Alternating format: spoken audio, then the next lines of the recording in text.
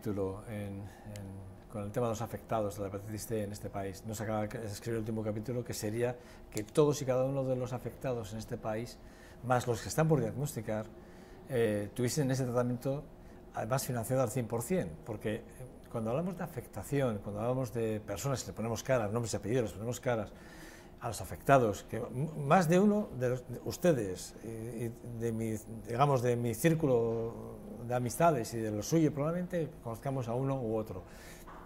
Siempre conocemos algún caso. Bueno, el caso es que le ponemos a cada uno de estos afectados, le ponemos caras, nombres y apellidos, y a veces lo vemos de cerca, el drama, Pero sí que es verdad, no acabamos de escribir ese último capítulo, que sería este que he dicho, que todos y cada uno de los afectados tuviesen ese Sovaldi, que de tanto que hablamos y que tanto se habla en los medios de comunicación. Bueno, pues ese tratamiento absolutamente para todos y cada uno de los afectados, pero bueno, parece ser que esto no va a ser así. No va a ser así porque el Gobierno de España, y luego vamos a hablar del Gobierno vasco, que son los dos frentes en los que estamos abiertos, han decidido a nivel de números, y además fuera de cámara estaba comentando ahora que claro, sí que es verdad, que para algunas cosas sí que hay dinero y sí que hay presupuesto, y es que el 39% del presupuesto que se destina en este país, en el Gobierno de España, va destinado a investigación y desarrollo militar. Sí que hay para este tipo de capítulos, hay inversión, y no hay inversión para, repito, para los 95.000 afectados ahora mismo que se conocen, porque se creen que hay muchísimos casos sin detectar, que esa es otra. Que yo no sé en qué campaña estamos ahora mismo de concienciación y sobre todo de enfrentarnos a la pedagogía, a enseñar y a decir que se puede contagiar la hepatitis C. Bueno, dicho de otra forma, yo creo, si me lo permiten, les voy a presentar a mis dos invitados. Ana Villamor, ¿qué tal? Bueno, buenos días. Hola, buenos días. Y José Moliá, no sé si lo he hecho bien. ¿Lo he hecho bien? Muy bien. Sí, lo he hecho bien, gracias. Bueno, buenos días a los dos. Decía que es un capítulo que no acabamos de cerrar y que parece ser que no tiene fin. Y el asunto es grave. A mí me parece importante en tanto en cuanto estamos invirtiendo en otras cosas y no estamos invirtiendo en nuestros ciudadanos, ¿no? Que claro. Es así, ¿no? Bueno, lo primero que pasa es que un Estado que es inteligente lo que tiene que invertir es en la salud y en el bienestar de sus ciudadanos, ¿no? Eso sería la función principal de un Estado, ¿no? Conseguir la mayor cota de satisfacción de los ciudadanos que vivimos en este país. Evidentemente, frente a la enfermedad de la hepatitis C, hasta hace unos años una enfermedad desconocida, pero desde que se conoce y sobre todo desde que hay una serie de medicamentos de última generación que podrían erradicar esta enfermedad, lo que no parece muy congruente es que estemos dándole vuelta al tema, si tenemos dinero, si no tenemos dinero, o que hagamos, mejor dicho, hincapié en lo que más importante es la financiación o es el dinero, ¿no? Cuando lo importante debería ser la persona y la salud y el que la gente esté a gusto dentro del país en el que vive.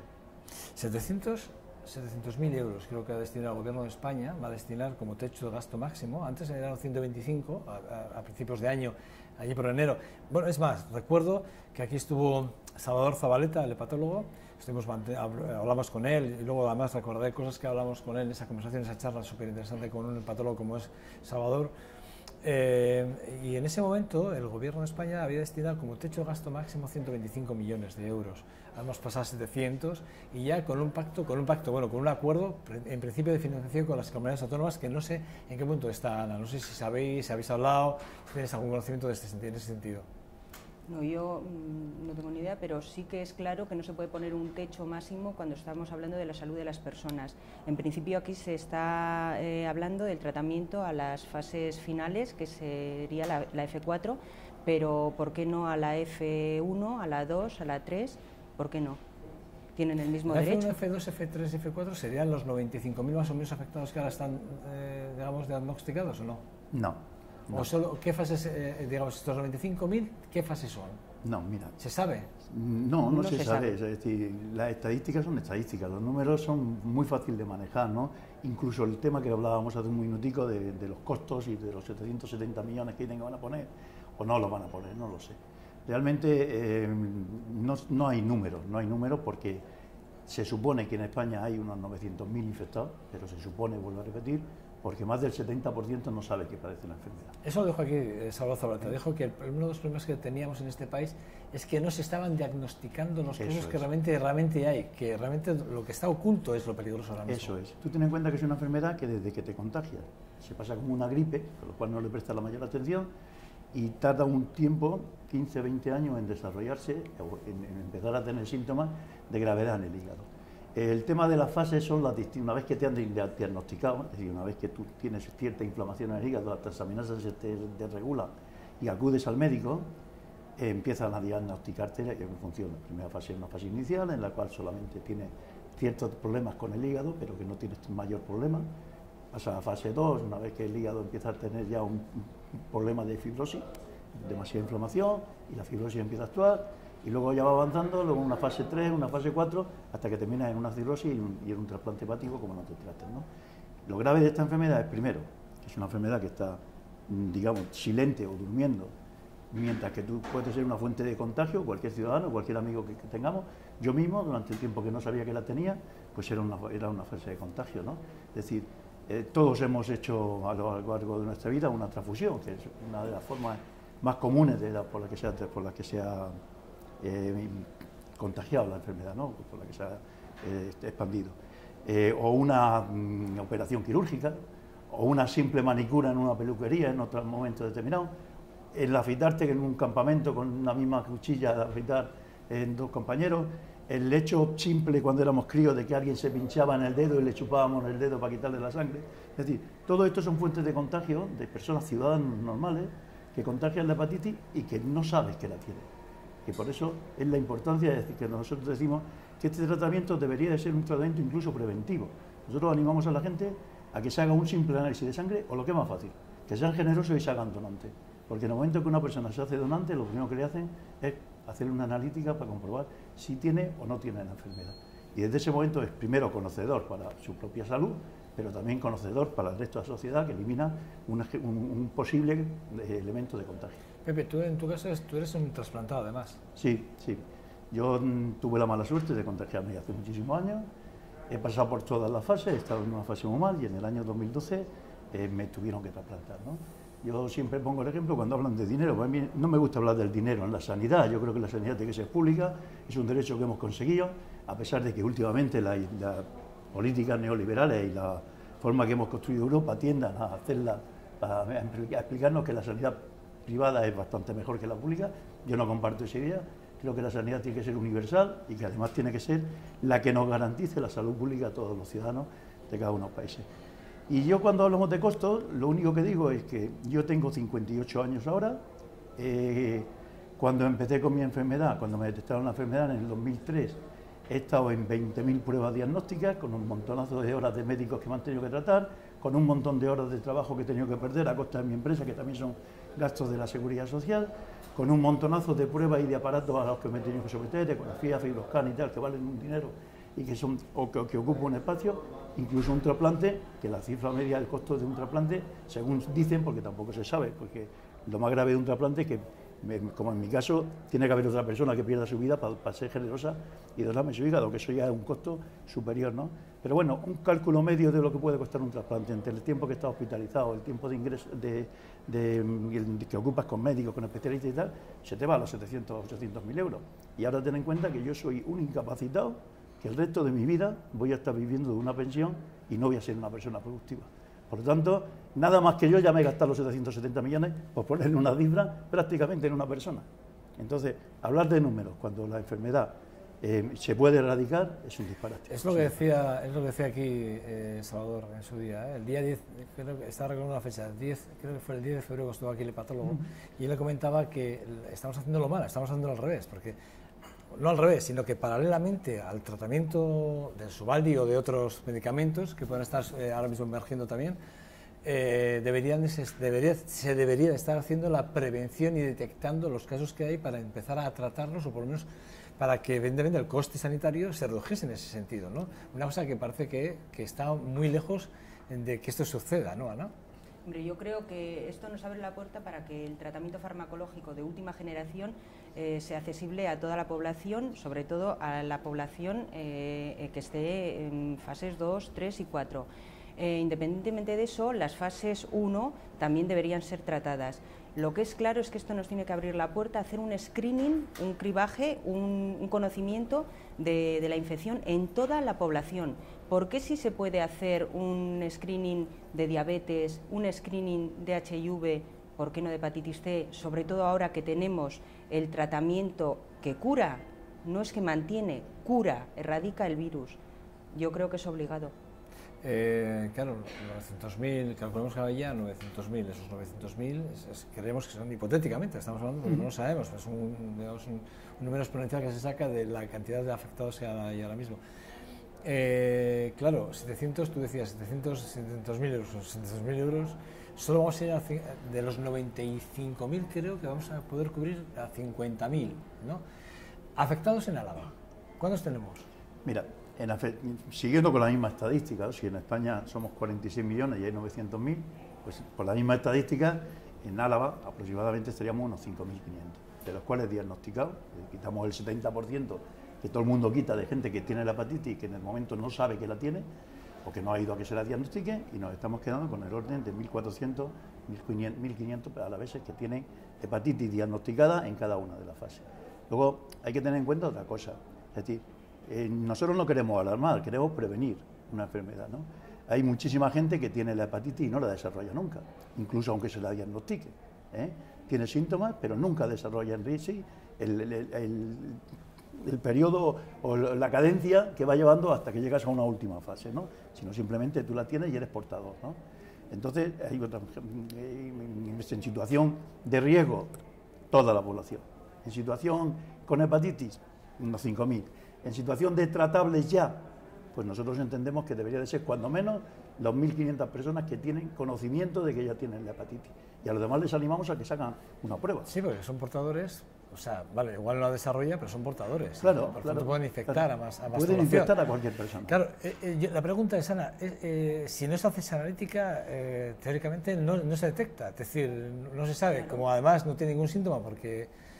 Tú puedes estar infectado por el virus de la hepatitis C y como hay un periodo de latencia silente que puede variar entre 20 y 30 años, tú no tienes ninguna clínica.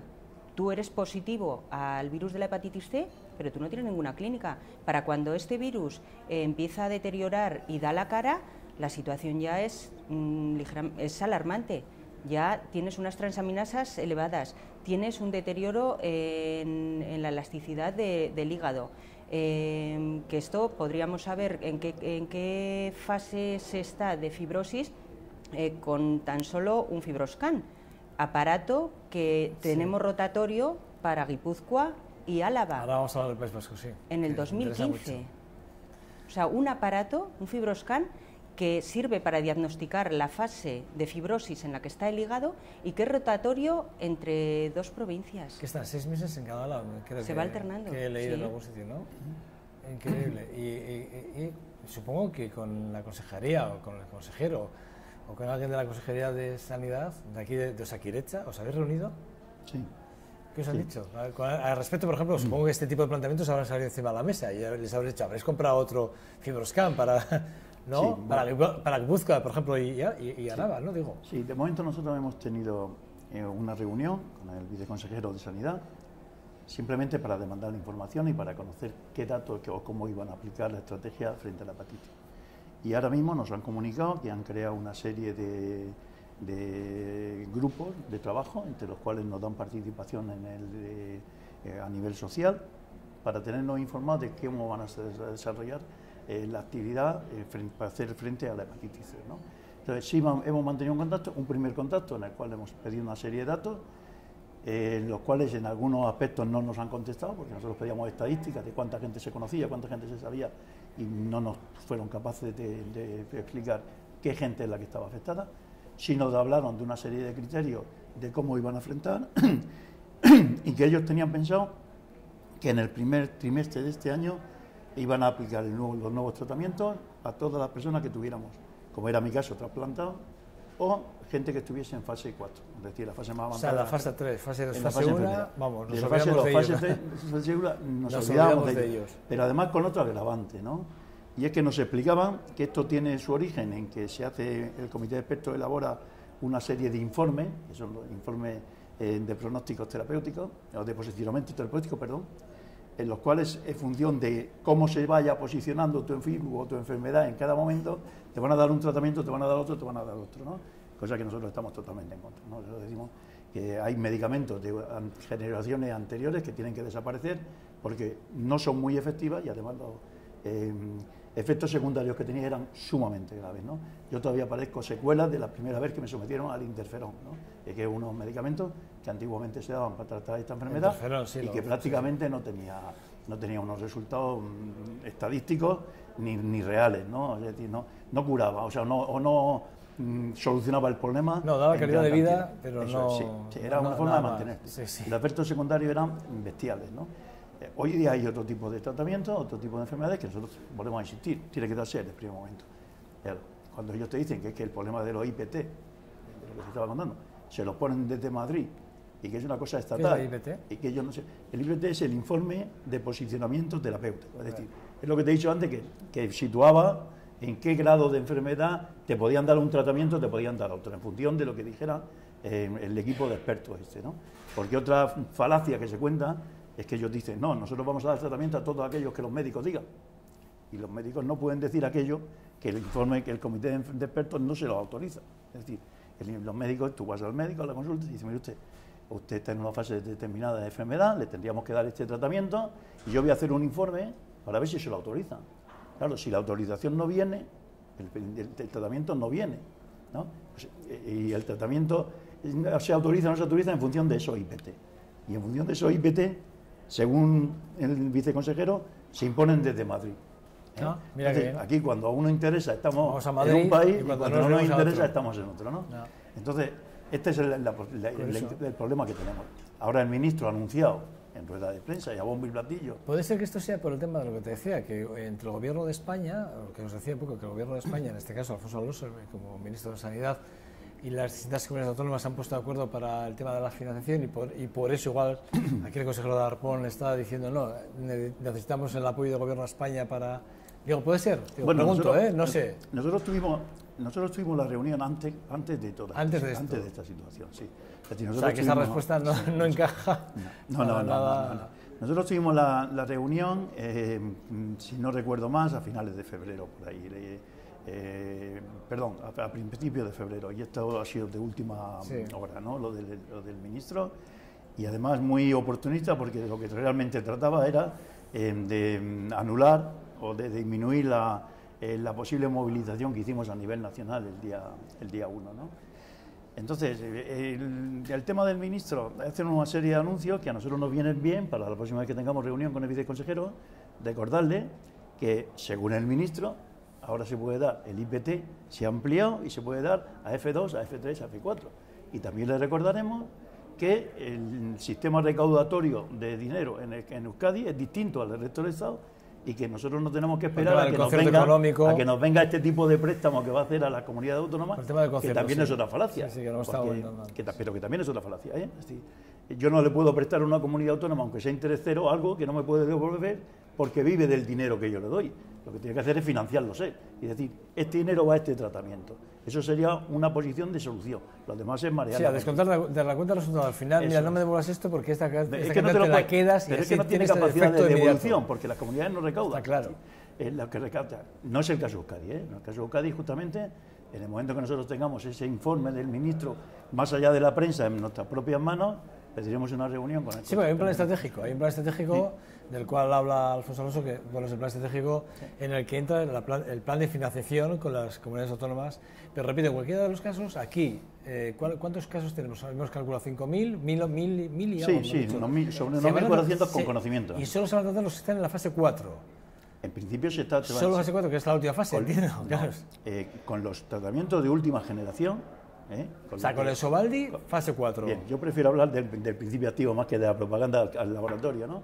El del Sofovir solamente, en principio, se les va a dar a F4 y te digo esto porque no quiero colaborar al chantaje. Vale, el sofosbuvir, vamos a hablar de... Es un poco más complicado, pero por no dar marcas. Sofosbuvir, vale. Pero nos quedamos con el principio activo, vale. Sí. Solo solo son la fase final, el F4, los que vamos a tratar con ese principio activo, ¿vale? Vale, ¿y las demás fases con otros tratamientos? Claro, ese es el tema. Es decir, para los demás tratamientos, en aquella reunión nos dijeron, no, es que el interferón no da resultado.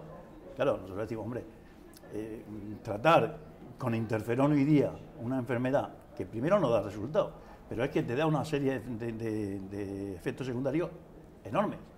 Pero es que además, si no da resultado, tu enfermedad sigue avanzando. O sea, es decir, nosotros le decíamos al ministro, mira, nosotros lo único que no tenemos es como las televisiones, es tiempo. El tiempo se te va, no tenemos tiempo. Es decir, hoy estoy hablando aquí contigo y en este momento ahora mismo me puede dar una descompensación hepática y caerme aquí en el suelo. O sea, es decir, el otro día en el acto de Madrid hubo 3 personas que necesitaron asistencia médica porque en ese momento tuvieron un problema, ¿no? Entonces, nosotros no tenemos tiempo, tenemos toda la otra cosa del mundo, buen humor, ánimo, ganas de luchar, pero no tenemos tiempo. Entonces, no podemos esperar a tratamientos que no dan resultados, por mucho que en otra época solamente hubiera eso. Entonces, tienen que ampliarse, ¿no? Y tienen que ampliarse desde el primer momento, ¿no? Bien, en esa guerra estamos. Ana, ¿tú en qué fase estás? ¿En qué fase estás tú, Ana? Yo soy familiar de... ¿Familiar? ¿Es familiar? Familiar. ¿En qué fase está tu familiar? En F4. En F4. Entiendo que está con el tratamiento ya, ¿o no? A fecha de hoy no. ¿Os han dicho para cuándo? Estamos todavía esperando, pero a fecha de hoy no. Y yo supongo que como mi familiar seguramente habrá otras personas, no tanto, o sea, no solo en Álava, sino en el resto del territorio. Tengo yo por aquí, a ver si lo puedo recuperar, tengo yo por aquí que me gustaría que se viese en la pantalla, a ver si lo podemos ver. Bueno, la plataforma Afectados Hepatitis T en Álava, ahí lo estamos viendo en la pantalla, donde ahí tienen las formas de contactar con la plataforma que estáis en activo ¿desde cuándo? Porque realmente ahora sí que se os ve mucho en las redes sociales, blogs y demás. Sí, pues mira, a nivel estatal empezamos a organizarnos a finales de septiembre, ¿no? A partir de diciembre decidimos hacer un encierro en el Hospital 12 de Octubre de Madrid y a raíz de ahí, bueno, pues es muy mediático el tema, sobre todo porque hay determinados grupos políticos que aparecen, de los que ahora están muy de moda en las televisiones, y automáticamente pasamos a primera página de todos los medios, ¿no? Aquí en Euskadi empezamos a organizarnos el día 10 de enero, hicimos una primera concentración y a partir de ahí, una asamblea el día 16 de enero a nivel de Euskadi, y aquí no recuerdo, pero fue a finales de enero, primeros de febrero. Sí, principios de febrero. Cuando empezamos a montar la plataforma. Y bueno, de momento bien, tenemos apoyo de la gente. En el primer acto que hemos hecho público hemos estado casi con cerca de 800 personas, nos han firmado la petición de que los tratamientos sean para todos. Hemos hablado con más de 1000 personas sobre este tema que han acudido en distintas maneras a contacto con nosotros. Estamos contentos de la respuesta solidaria de la sociedad, porque también entiende que es un problema de la sociedad. Decía la plataforma, ahí lo tenemos otra vez. Me interesa mucho que los que nos estáis viendo que se queden, para que sepan que si hay alguien que quiera tener información, que sepa a través de dónde poder contactar.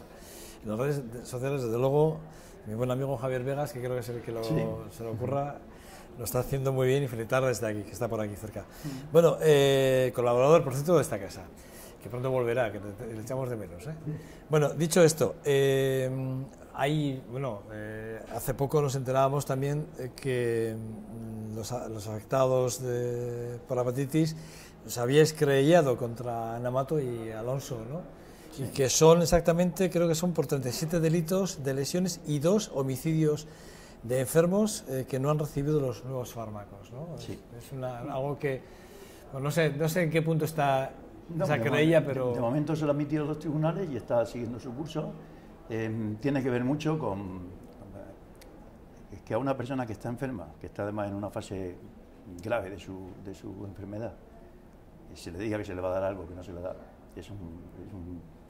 No sé cuál sería la palabra oportuna, ¿no? para decir, ¿no? Hay muchas, no se me ocurren más, pero desde luego, vamos a decir. Sí, desde luego no se debe hacer, ¿no? Pero claro, es que desde que Ana Mato dijo que iba a dar el Simbeprevir en septiembre del año 2014, Cuando se empezó a facilitar la medicación, en noviembre o diciembre, pues había una serie de personas que tenían el informe de pronóstico favorable para que le dieran el medicamento, que no se le ha dado, y que evidentemente su hígado ha tenido una serie de lesiones, porque te decía antes que lo que no tenemos es tiempo, ¿no? Cada día que pasa, tú tienes un cachito menos de hígado sano.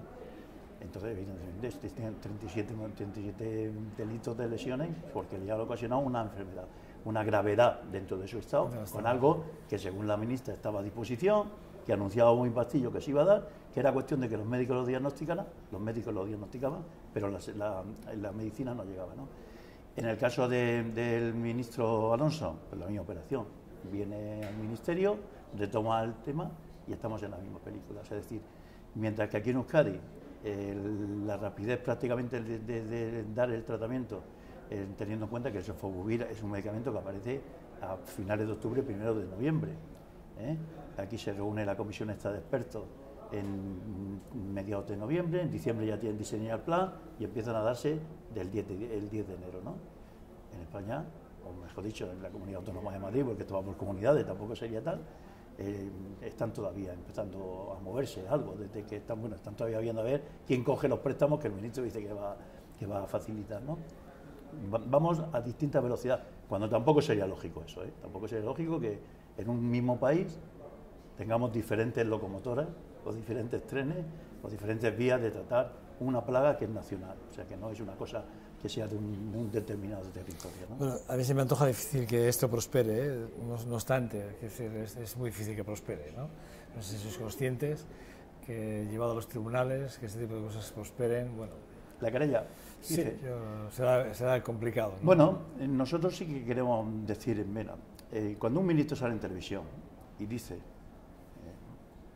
que reconoce que hay 90.000 casos de enfermedad, personas que tienen diagnosticada la enfermedad en fase grave, pero que solamente va a dar esa medicación a unos 45.000, nosotros esto nos recuerda otros tiempos muy lejanos ya, ¿no? Que pensábamos que habían desaparecido. ¿A quién señalamos, no? ¿Quién elige? ¿Quién va a ser la persona que diga quién va a salvar a ti sí te voy a dar, a ti no te voy a dar? ¿Quién va a ser? ¿Quién va a tener esa conciencia, no?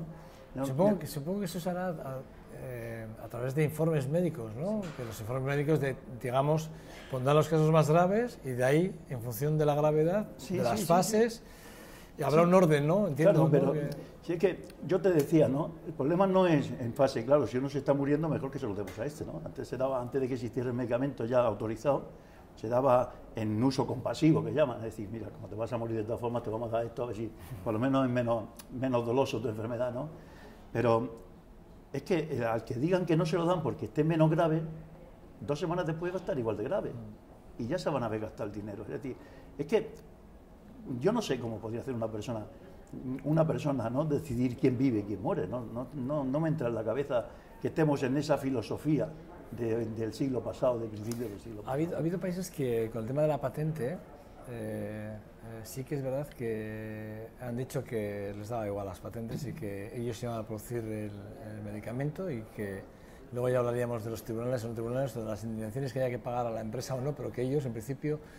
Eso, quiero decir, la India ha sido uno de esos países que ha dicho que lo hacía. Es decir, la India ha dicho que le daba igual la patente de quien la tuviera o no la tuviera. Que ellos a sus pacientes iban... Y de hecho, no es una solución.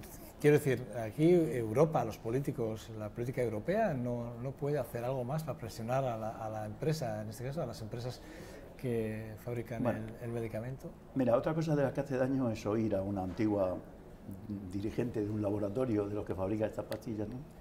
Que es que ellos lo ponen en función de la capacidad económica de cada uno de los países, ¿no? Eso que es un disparate. Es decir, jugar con la salud de las personas debería estar prohibido totalmente. O sea, no es que cuando los países tuvieran que intervenir.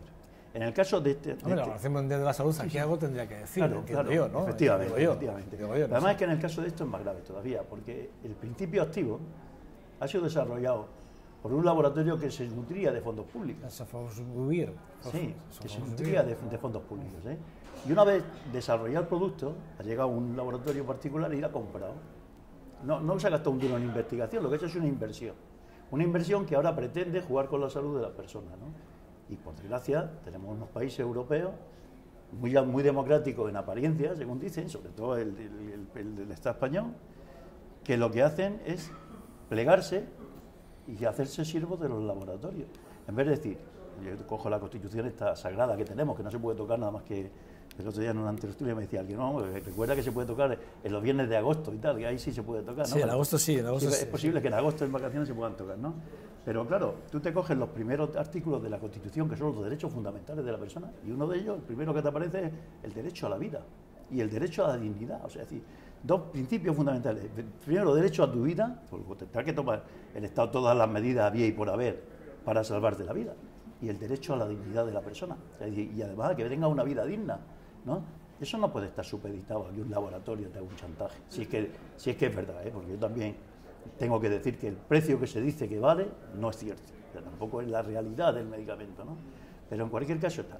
En la India hubo un momento en que un país muchísimo más alejado, por lo menos en la conciencia que tenemos todos, de lo que es los sistemas democráticos europeos, tomó una decisión y dijo, no, mire usted, yo soy pobre y no puedo pagar esos medicamentos, pero la gente de mi país no se va a morir de hambre. No, eso fue así. Por lo tanto, voy a expropiar y voy a fabricar genéricos de los medicamentos que ustedes hacen y tal cual. En el caso de este laboratorio concreto, lo que ha hecho para evitar el que se los pudieran copiar o hacer genéricos, ha sido ponerse de acuerdo con el gobierno indio y facilitárselo a precio gratuito.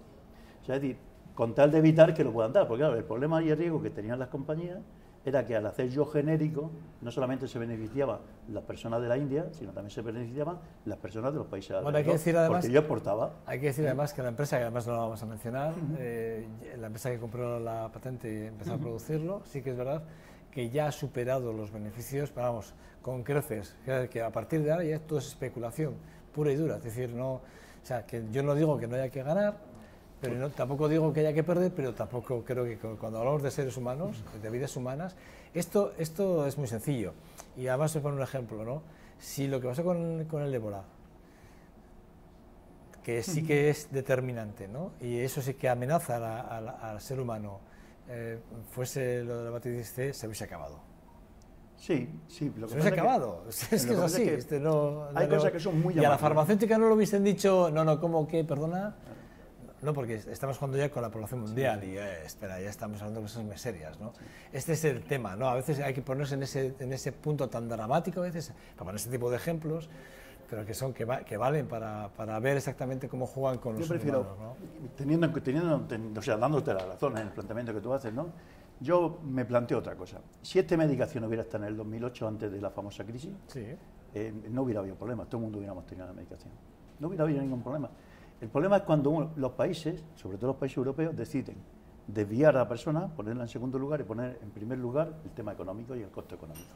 Ese es el mayor disparate que hay. Es decir, cuando yo digo, el otro día en un programa en televisión se veía el tema, decía, no, mire usted, lo importante no es que usted coma, lo importante es que usted pague el préstamo de la hipoteca, ¿no? Entonces, cuando llegamos a esas bestialidades en un país que se supone que es democrático y cuyo, vuelvo a repetir, primeros artículos de su Constitución es el salvaguardar la vida y la dignidad de la persona, y te dice, no, mire usted, pero lo coma, pero págueme usted lo que me debe, ¿no?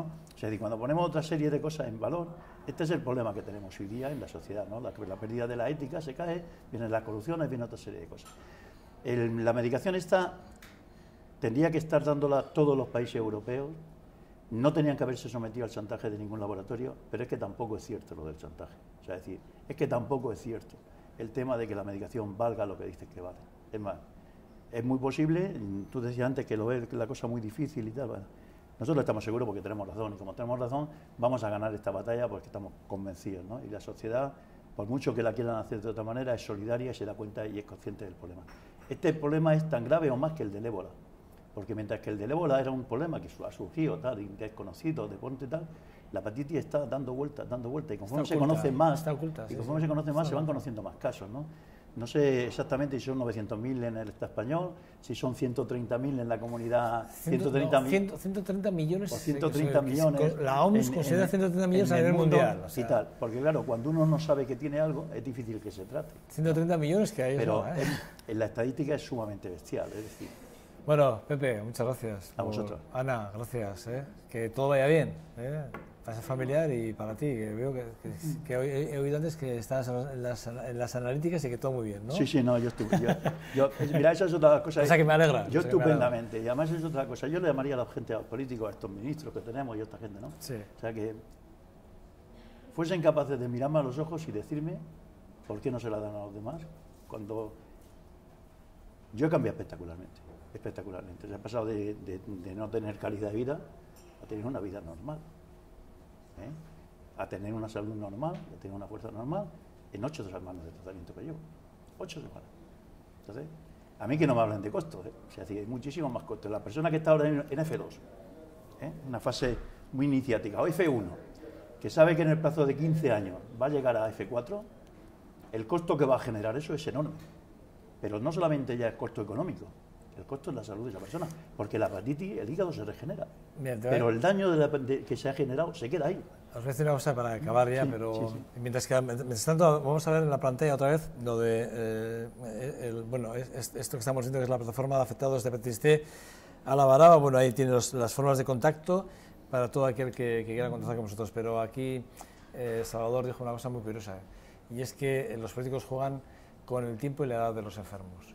Ellos saben, ¿no? Esto lo digo porque tú acabas de decir algo que es muy importante, que en 15 años de una fase 2 se va a pasar a una fase 3, y dependiendo de la edad que tengas, muchos de los enfermos probablemente mueran de otra cosa que no sea de la hepatitis C. Sí. Entonces ellos juegan con ese tipo de cálculos para hacer los números exponencialmente y ver hasta dónde pueden alcanzar los tratamientos o no. Sí.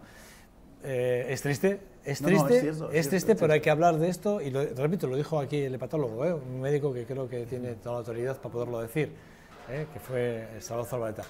Pepe, Ana, gracias a los dos, ¿vale? Gracias, cuando queráis, vuestra casa, ¿vale? Muchas gracias. A todo el mundo que paséis por aquí os lo ofrezco, que sepáis. Nada, a ustedes les espero en 2 segundos, vamos adelante en 2.5 bases hasta ahora.